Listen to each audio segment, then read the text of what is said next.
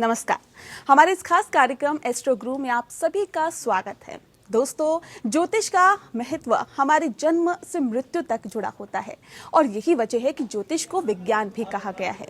इसमें आपके संपूर्ण जीवन चक्र का रहस्य छुपा है। लेकिन 4000 पुराने ज्योतिष शास्त्र को लेकर लोगों में कई तरह की भ्रांतियां हैं। आज हम अपने इस खास कार्यक्रम के माध्यम से न केवल इन रहस्यों को उजागर करेंगे बल्कि वैज्ञानिक रूप से इसका विश्लेषण भी करेंगे। तो चलिए शुरू करते हैं एस्ट्रो गुरु और ग्रहों की बदलती चाल से जुड़े रहस्यों के वैज्ञानिक विश्लेषण को। और आज हमारे साथ मौजूद है विश्वविख्यात एस्ट्रो गुरु श्री सुरेश महाराज जी। आपका बहुत बहुत स्वागत है। इस खास कार्यक्रम को हम शुरू करेंगे, लेकिन उससे पहले ज्योतिष विज्ञान पर देखिए हमारी एक खास रिपोर्ट।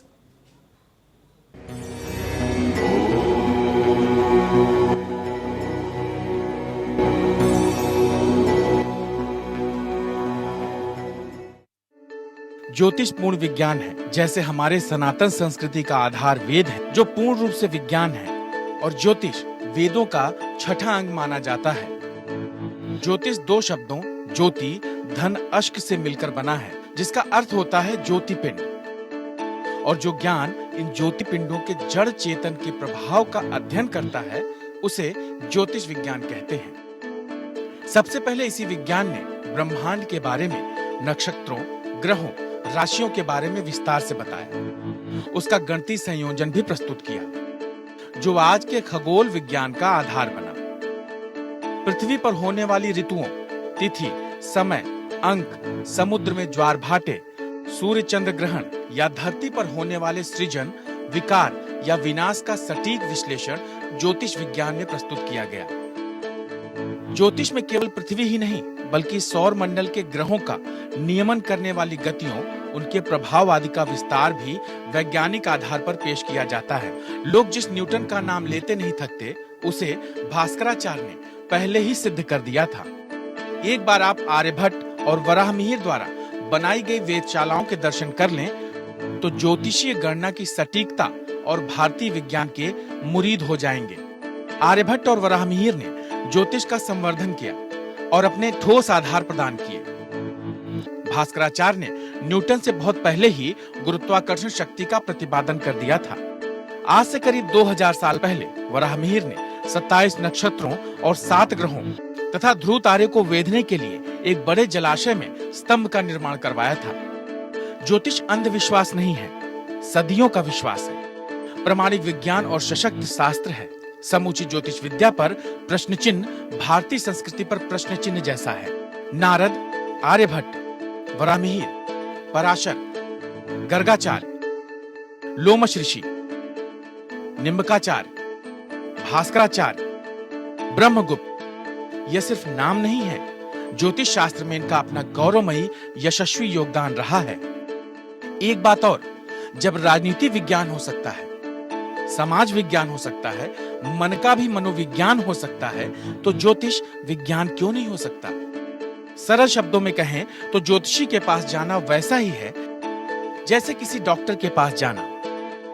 कुल मिलाकर देखा जाए तो पूरी दुनिया में ऐसा कोई नहीं है जो किसी न किसी रूप में इस विज्ञान को न मानता हो। और आज हम ज्योतिष विज्ञान का एक अद्भुत विश्लेषण करेंगे।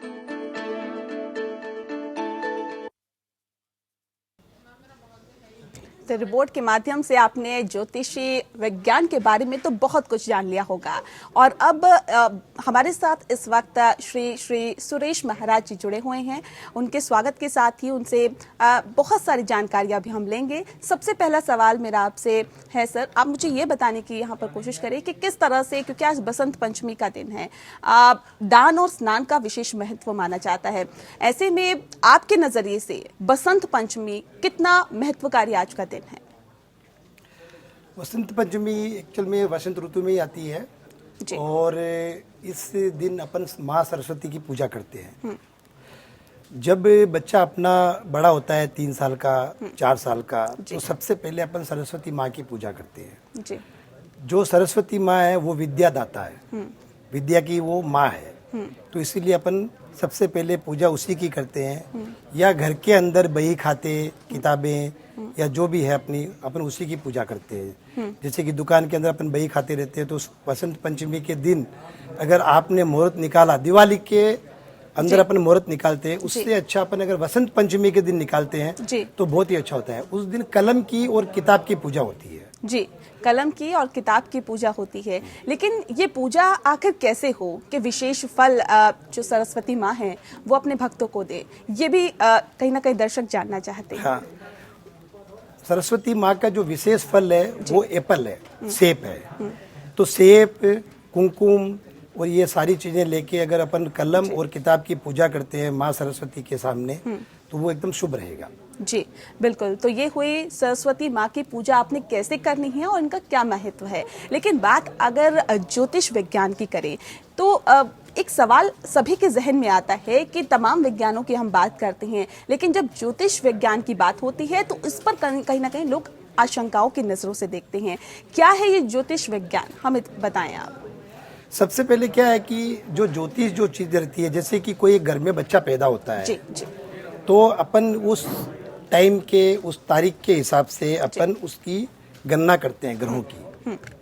जो ग्रह जहाँ पे बैठते हैं, जैसे कि आज मैं यहाँ पे हूँ, तो वो मुझे ग्रहों ने ही यहाँ पे लेके आया है। जी जी जी। क्योंकि हर चाल जो इंसान की रहती है या कोई भी चीज की रहती है या इस ब्रह्मांड की रहती है, तो ग्रहों के चाल के हिसाब से ही अपन चलते हैं।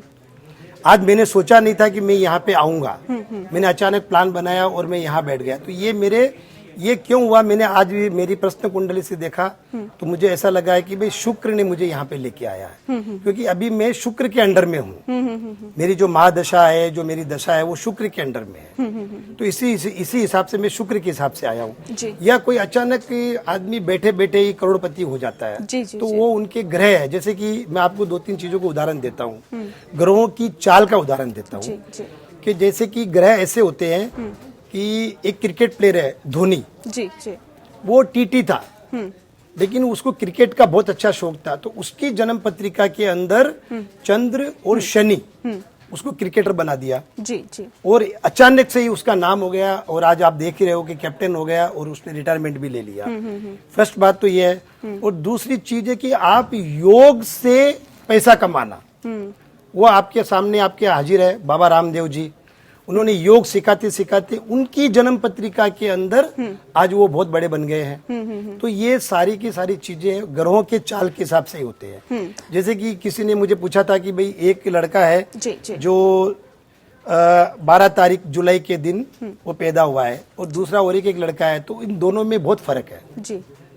तो वो चीज उसमें टाइमिंग क्या रहता है, भाई उसने 10 मिनट पहले पैदा हुआ है, उसने 10 मिनट बाद में पैदा हुआ है। बिल्कुल। तो आज आप और हम अगर अपन कार से जाते हैं जी, या ऊपर फ्लाइट से जाते हैं, जी, तो आज अपन 2 घंटे के अंदर बॉम्बे से दिल्ली आ जाते हैं और कार से जाओगे तो 24 घंटे में भी नहीं पहुंचते। जी। तो आप ये सोचो कि ग्रह ब्रह्मांड में है, तो वो 1 सेकंड के अंदर कितने हजार किलोमीटर चलते हैं। बिल्कुल। इसीलिए ज्योतिष को अपनी डिग्री से बांट दिया है कि भाई 30 डिग्री के अंदर, 1 डिग्री से 30 डिग्री के अंदर जिनके पास ग्रह होते हैं जी, उसको उसी हिसाब से फल मिलता है। जैसे कि मेरा सूर्य 28 डिग्री का है तो मुझे बुढ़ापे में मान सम्मान मिलेगा। किसी का सूर्य 13 डिग्री के अंदर है तो उसको उस हिसाब से मान सम्मान मिलेगा। तो 2-3 मिनट के अंदर भी काफी फर्क पड़ जाता है। बिल्कुल, 2-3 मिनट के अंदर भी काफी फर्क पड़ जाता है और ग्रहों की चाल भी बदल जाती है। महाराज जी, आपसे ये भी मैं जानना चाहूंगी, क्योंकि आपने अभी जिक्र किया था, चर्चा की थी जन्म कुंडली की, जन्म पत्रिका की। तो आज भी हिंदू धर्म में जन्म कुंडली का विशेष महत्व माना जाता है। शादी हो, जन्म हो या अलग अलग मौके हो, मुहूर्त निकालने के लिए कहा जाता है कि जन्म कुंडली बहुत महत्व रखती है। क्यों आखिर इतना महत्वपूर्ण इसे माना जाता है और इसका क्या कुछ फायदा होता है? नहीं, मैंने अभी थोड़ी देर पहले आपको बताया था कि ग्रहों के चाल के हिसाब से ही होता है। जी, जी, जी। जन्म कुंडली के अंदर अगर समझ लो आपका चंद्रमा या शनि अष्टम स्थान में बैठ गया है। जी, जी। अष्टम स्थान का मतलब होता है कि लग्न से 8वां स्थान, वो 8वां स्थान होता है मृत्यु का। तभी भी मैं कभी भी किसी की जन्म पत्रिका खोलता हूं तो मैं बोलता हूं यार तुम आप जरा सर्दी जुखाम या स्विमिंग मत करो। वो इसलिए मत करो कि चंद्रमा पानी से रिलेटेड है। जैसे कि आज इतना बड़ा समंदर है, पूर्णिमा के दिन ज्वार भाटा आता है, तो चंद्रमा इतने बड़े समंदर को जब हिला देता है तो आप और हम तो बहुत छोटे हैं।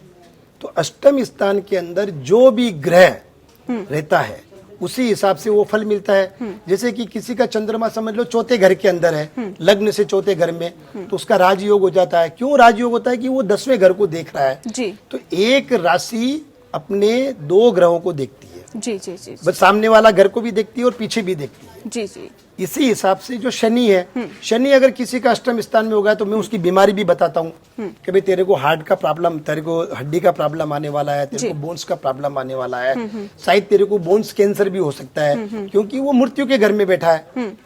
तो 8वां स्थान जो 9वां स्थान है, अगर शनि समझ लो 9वें स्थान में बैठा तो मैं उसको बोलूंगा कि तुम्हारा भाग्य बहुत तेज है, तुम लोहे का काम करोगे, तुम मेडिसिन करोगे, तुम फार्मा करोगे। तो ये ग्रह बताते हैं कि तुम कहां से कहां जाओगे। ये चीज मैं बताता हूँ। बिल्कुल। तो ग्रह बताते हैं कि आप कहां से कहां जाओगे, लेकिन जैसा कि आपने महाराज जी बताया कि ज्योतिष धर्म के साथ साथ विज्ञान भी है और ऐसे में स्वास्थ्य के बारे में तो पता चल जाता है, लेकिन क्या इसके जरिए हम स्वास्थ्य में सुधार के बारे में भी जान सकते हैं क्या? जी, जैसे कि अभी मैंने बताया कि भाई शनि अष्टम स्थान में बैठा है तो आपको बोन्स की तकलीफ आएगी। जी जी जी वो कब आएगी? जब शनि की महादशा, अंतरदशा, प्रत्यंतर दशा, सूक्ष्म दशा। जी जी जी जैसे कि अभी आप मैं कोई अगर मुझे फोन करता है तो मैं उसको बोलता हूँ कि अभी आप लाल कलर के कपड़े पहने हो। जी जी तो वो तो हजारों किलोमीटर दूर बैठा हुआ है, तो मुझे ऐसे यहाँ से कैसे मालूम गिरा? क्योंकि वो ग्रह मुझे बताते हैं प्रश्न कुंडली के अंदर कि आज तुमने मिठाई खाई है। क्योंकि मिठाई इसलिए खाई है कि गुरु चौथे घर में बैठा है जी और उसके तन के बाजू में बैठा हुआ है, तो मुझे पता चल जाता है कि आज इसने मिठाई खाई है। जी मंगल जब वो मंगल को देखता हूँ तो मैं बोलता हूँ कि आज मंगल मेष राशि में है, तो अभी आपके साथ में एक आदमी बैठा हुआ है।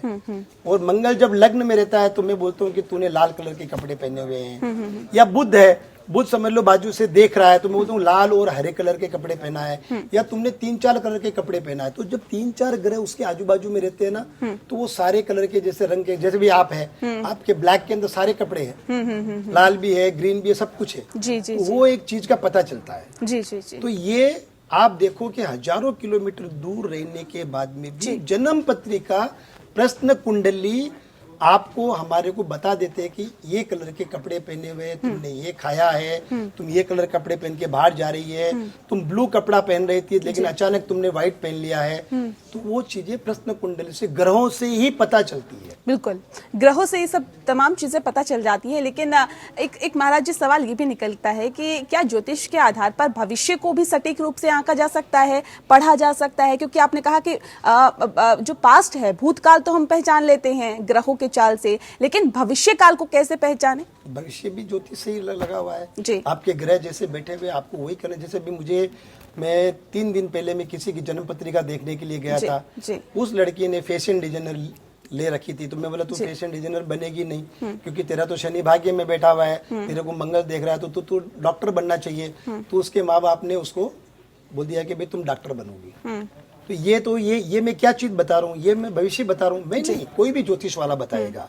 ग्रहों को देख के ही पता चलेगा कि ये लड़का बदमाश निकलेगा या डॉक्टर बनेगा। या जैसे शुक्र है, शुक्र अगर समझ लो तुला राशि का रहा या मीन राशि का रहा, तो तुला राशि में मूल है तो आप शुक्र के काम करोगे। जैसे कि आप फैशन डिजाइनर, टीवी एंकर या टीवी के अंदर कुछ रोल, अगर समझ लो आपका शुक्र बहुत ही अच्छा रहा, मीन राशि का रहा, उच्च का रहा, तो आप एक्टर बन जाओगी या इवेंट शो करोगी, कुछ न कुछ शुक्र के रिलेटेड ही काम करोगी। वो एक चीज होती है। जी महाराज, एक ज्योतिष आधार पर अगर कोई ग्रह दोष होता है तो उसके उपाय कितने असरदार होते हैं और कितना असर इस पे डालते हैं? करते हैं। जैसे कि मैं आपको एक छोटा सा उदाहरण बताऊं कि अभी आप समझ लो कि मेरे से रूठ गई हो, जैसे कि आप मेरा शनि मेरा घर पूरा का पूरा खराब है जी। अगर मैं उसकी पूजा करूंगा, उसकी आराधना करूंगा, जी। मैं बार बार करूंगा, तो अपना वो थोड़ा बहुत जैसे कि एक्सीडेंट होगा, वो तो लिखा हुआ है, वो तय है जी। लेकिन आप जब बार बार जब उस चीज की पूजा करोगे, उसकी हवन करोगे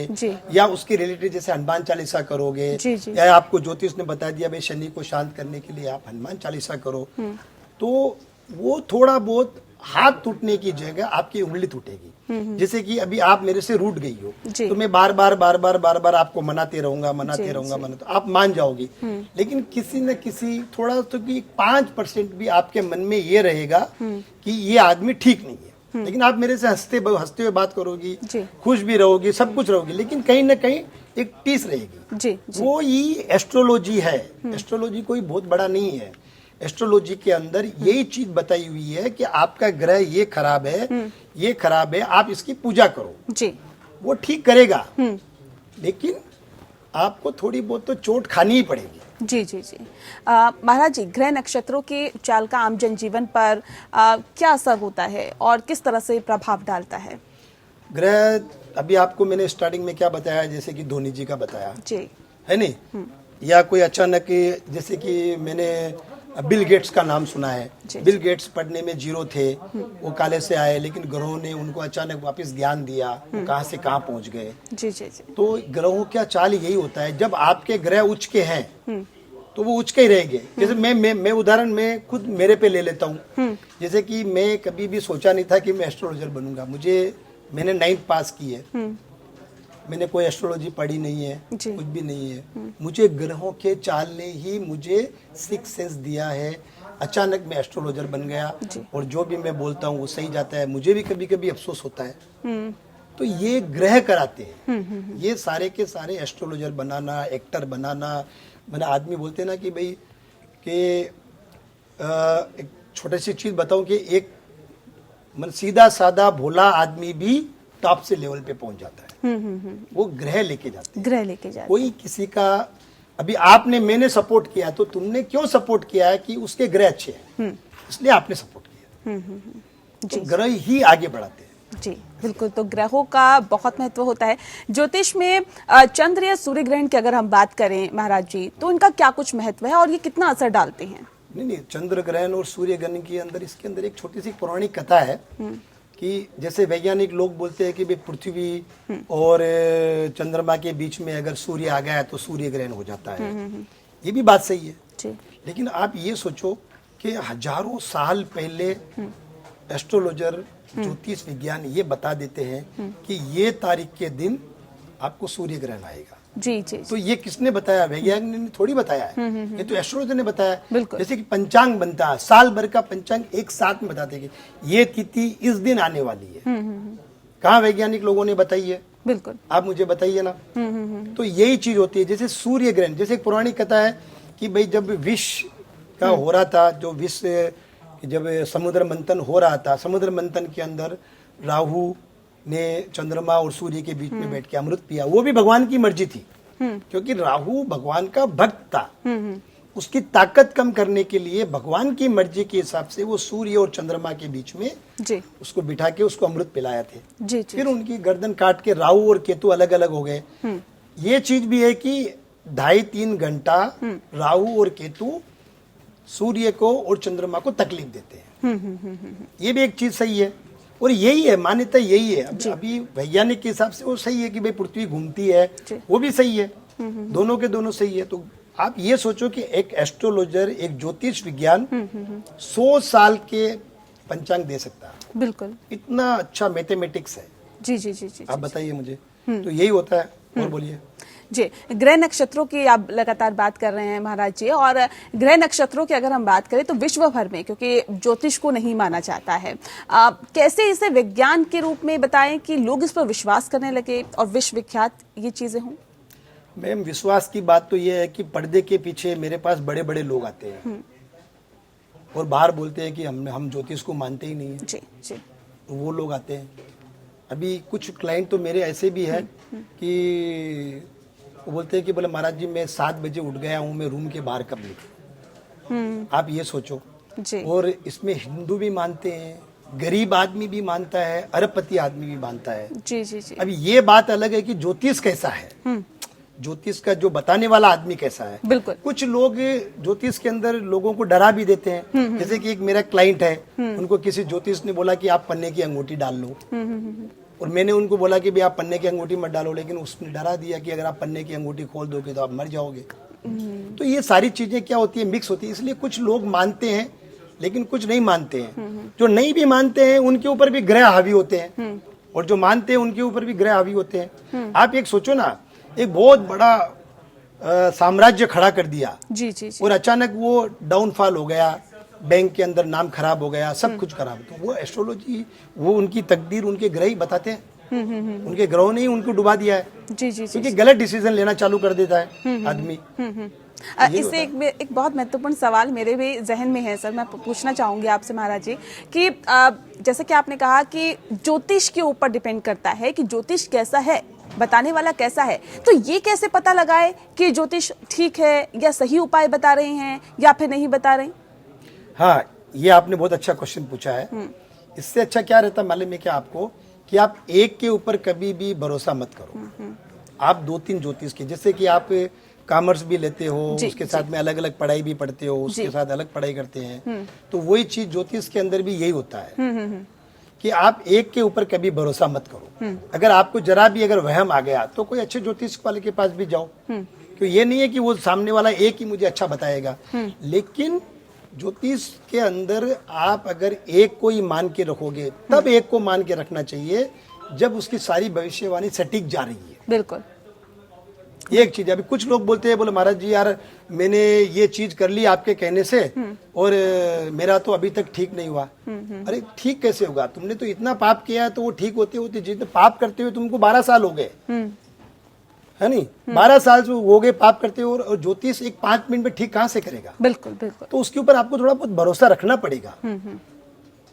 वो हिसाब से होता है, क्योंकि समय तो अच्छा आने वाला ही है। तभी ज्योतिष बोलता है कि भाई आपका समय अच्छा आने वाला है, आपका समय खराब है, ये चीजें होती है। बिल्कुल, धैर्य रखने की भी यहाँ पर धैर्य बहुत रखना पड़ेगा, जरूरत आपको होती संयम है। रखना पड़ेगा। बिल्कुल, संयम भी बरतना पड़ेगा और धैर्य भी रखना पड़ेगा। ज्योतिष में क्या उपाय करने से आने वाली अनहोनी को रोक सकते हैं या बदल सकते हैं या फिर उसका प्रभाव कम कर सकते हैं महाराज जी? क्योंकि ये बहुत लोग मेरे ख्याल से जानना चाहते होंगे कि अगर कोई अनहोनी हमारे पास आने वाली है या कुछ ऐसी बड़ी घटना घटने वाली है जिससे कि सीधे हम लोग इफेक्ट हो, तो उसे कैसे रोक सकते हैं या कैसे उसका प्रभाव कम कर सकते हैं? उसमें क्या है कि अलग अलग रहते हैं। जैसे कि किसी का गुरु खराब है जी, तो गुरु की उपासना करो, किसी का मंगल खराब है तो मंगल की उपासना करो। उनके अलग अलग बीज मंत्र रहते हैं जी, छोटे छोटे, वो अपने पंडितों को पूछ के वो अपने पंडितों से ही पूजा करा सकते हैं, क्योंकि यजमान खुद पूजा नहीं कर सकता है, क्योंकि यजमान कभी भी अपने काम में बिजी रहता है। जैसे कि अभी आप अगर मंत्रों के उच्चारण करोगे तो आपको मन में अगर मंत्रों के उच्चारण करोगे तो आपके मन में ये आएगा कि भाई मुझे अभी 4:30 बजे पहुंचना है, मुझे वहां पे एंकरिंग करना है, मुझे वो करना है, ये करना है, तो आप पूजा नहीं कर पाओगे। बिल्कुल बिल्कुल। वही अगर आप समझ लो कि कोई फाइटिंग की पिक्चर देख रहे हो तो आपको कुछ याद ही नहीं आएगा। तो इसी हिसाब से आप अपने पंडितों से, अपने जो भी जिसके ऊपर अपने गुरुओं से आप यज्ञ करें। आप देखो पुराने जमाने में राम ने कभी थोड़ी तपस्या की है। राम के उन लोगों ने जो साधु संत थे, उनके गुरु थे, उन लोगों वो लोग हमेशा हवन करते रहते हैं, वही पूजा पाठ करते हैं। जिसका कर्म रहता है वो आदमी उसी हिसाब से जाके पूजा पाठ करना चाहिए। तो पूजा पाठ में विश्वास रखना चाहिए, धैर्य भी रखना चाहिए, संयम भी बरतना चाहिए। लेकिन महाराज जी, जब कोई घटना घटने वाली होती है तो किसी व्यक्ति को आभास भी हो जाता है कि हमारे साथ इस तरह की घटना हो सकती है, या फिर अगर हम अभी घर से बाहर गए तो हमारे साथ कोई दुर्घटना घट सकती है। क्या ये भी एक हिस्सा है ज्योतिष से जुड़ा हुआ? नहीं, ये हिस्सा नहीं होता है। अगर समझ लो आप किसी ज्योतिष के पास गए, जैसे अभी आपको मैं बता रहा हूँ कि अष्टम स्थान से, लग्न से अष्टम स्थान में मंगल बैठा है, तो हम लोग इसको बताते हैं कि आपकी जो जन्म पत्रिका है, आपका मंगल खराब है, आपके पेट में प्रॉब्लम आएगा या ब्लड कैंसर होगा, ये होगा वो होगा। अगर आप ऐसे अगर वहम करोगे कि भाई मैं बाहर जा रहा हूँ तो मुझे कुछ घटनाएं घटेगी, वो आदमी कभी जी नहीं पाएगा। इतना भी ज्योतिष को फॉलो इतना भी नहीं करना चाहिए कि आप हर चीज, मैं आज समझ लो मैं व्हाइट पहना हूँ, कुछ अनहोनी हो गई तो मैं कल से व्हाइट बंद कर दूंगा। ऐसा नहीं होता है कभी। कपड़े पहनने से, कपड़े भी आप वही पहनोगे जो एस्ट्रोलॉजी में लिखे हुए हैं। बिल्कुल, ये भी है, तो इसमें भी ग्रहों का ही रहता है असर। चाल है। बिल्कुल, ग्रहों का ही असर रहता है। बिल्कुल। महाराज जी, व्यापार शुरू करने या फिर घर बनवाने में ज्योतिष का क्या महत्व होता है? नहीं, उसका क्या रहता है कि जैसे मुहूर्त रहता है, जैसे राहु काल होता है, जी जी, जैसे कि दिन के अंदर 1.5 घंटे का, जैसे हर ग्रहों के ऊपर, हर घंटे के ऊपर कोई ना कोई ग्रह रहता है। जैसे राहु काल रहता है ना, गंड मूल रहता है, जो भी ये जो चीजें होती है ना, उस घटना में, जैसे अभी कोई राक्षस बैठा हुआ है तो अपन कुछ काम कर सकते हैं क्या? जैसे जोर जोर से आदमी चिल्ला रहा है तब अपन राम की पूजा कर सकते हैं ना। उसी प्रकार 3-4 मुहूर्त दिए, जैसे कि अभिजीत मुहूर्त है, सर्व सिद्धि मुहूर्त है, या समझ लो चौगड़िया है, शुभ का है, अमृत का है, चल का है। ये जो मुहूर्त रहते हैं उसी के अंदर अपने को पूजा करना चाहिए। ये एक चीज है, ये तो आपको मुहूर्त निकाल के पंडितों से पूजा करनी चाहिए। बिल्कुल। तो मुहूर्त निकालकर पंडित से मुहूर्त निकलवा कर ही पूजा करनी चाहिए, धैर्य रखना चाहिए, संयम रखना चाहिए, क्योंकि कुछ भी आप उपाय करते हैं देखिए उसका फल मिलने में वक्त लगता है। और जाहिर तौर पर आज श्री सुरेश महाराज जी ने हमें बताया कि आखिर किस तरह से ज्योतिष विज्ञान का महत्व है और कितना ये फलदायी है। अगर आपकी भी कोई समस्या है तो आप किसी भी अच्छे ज्योतिष के पास जा सकते हैं, अपनी समस्या का निदान करा सकते हैं। बहरहाल बहुत शुक्रिया आपका सुरेश महाराज जी हमारे साथ इस खास कार्यक्रम के माध्यम से जुड़ने के लिए। इसी के साथ इस खास कार्यक्रम में इतना ही। मुझे दीजिए इजाजत। नमस्कार।